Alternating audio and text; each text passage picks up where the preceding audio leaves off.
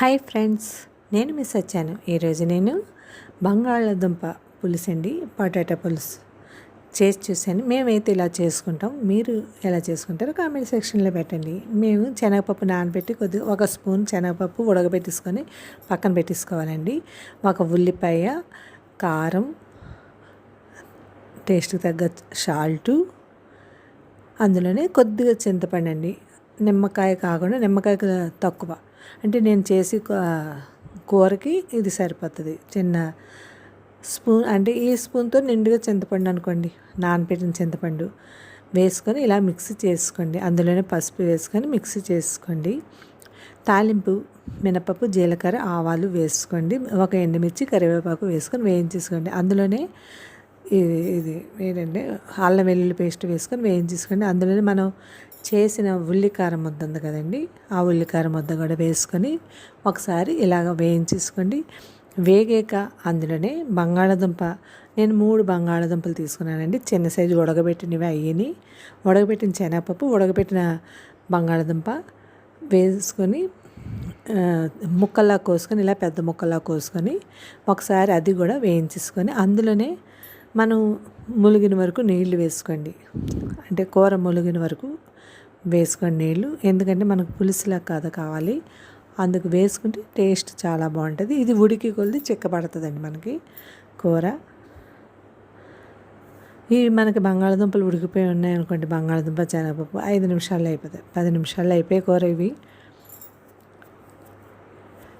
మీరు ఉప్పు కారం వేసుకుంటారు కాబట్టి కారం ప్లేస్లో మీరు ఎండుమిర్చి కూడా వేసుకొని గ్రైండ్ చేసుకోవచ్చు. నేనైతే కారం వేసాను. ఇలా చూసారా, ఒకసారి మధ్య మధ్యలో కలుపుతూ ఉండాలి 2-3 సార్లు. కలిపాక దించే ముందు మనం ఒక పొడి వేసుకోవాలండి. పంప్కిన్ సీడ్స్ పొడి ఉంటుంది, పొడి చేసాను, ఆల్రెడీ పెట్టాను. మీరు చూడండి, నా ఛానల్లో చూసారా, అది వేసుకుంటే ఇంకా టేస్ట్గా ఉంటుందండి. దించే ముందు ఒకసారి వేసుకొని బాగా మరిగాక ఎంజాయ్ చేయండి. రైస్లోకి చాలా బాగుంటుంది. రైసే కాదండి, పరాటాల్లోకి కూడా బాగుంటుంది కూర. మీరు ట్రై చేయండి. పరాటే కాకుండా కచోరీ చేసుకుంటాం కదండి, మనం కచోరీకి కూడా మీదన వేసుకొని తింటే చాలా బాగుంటుంది. ఇలా ట్రై చేయండి. బంగాళాదుంప పులుసు మీరు ట్రై చేయండి. Thank you. సబ్స్క్రైబ్ చేయండి, లైక్ కొట్టండి, కామెంట్ పెట్టండి. బాయ్. Thank you. ఇవి మా అమ్మమ్మ వాళ్ళు చేసేవారండి చిన్న వయసులో, మేము చిన్న వయసులో.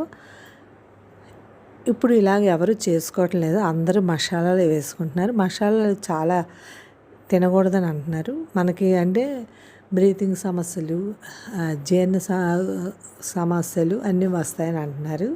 అందుకని తగ్గించుకొని ఇలాంటి ఇంట్లో పిల్లలకు చేసి పెట్టండి.